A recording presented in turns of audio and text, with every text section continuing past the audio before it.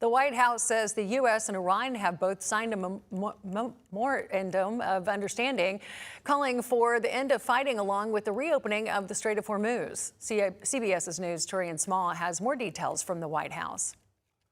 President Trump arrived in Evian, France for the start of the G7 summit with news of a tentative deal between the U.S. and Iran. But few details have been released. We plan to release the full text this week. We want the American people to see it. What this agreement does is really twofold. On the one hand, it ensures that Iran will never have a nuclear weapon while simultaneously opening the Strait of Hormuz. President Trump says the U.S. will immediately end its naval blockade of Iranian ports in exchange for Iran opening the Strait of Hormuz upon the signing of the deal on Friday.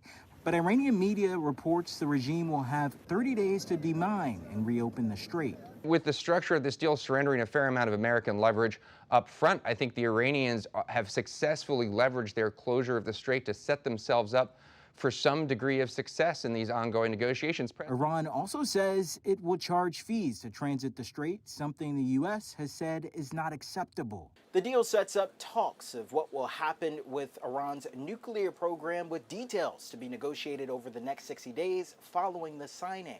Sometimes with these agreements, there are some diplomatic protocols, some technical things to work out. Iran is also insisting the agreement will immediately end the fighting between Israel and Hezbollah militants in Lebanon. In Israel, there is pushback against the deal. For the matter of, national security of Israel, this is the worst agreement that could ever be done.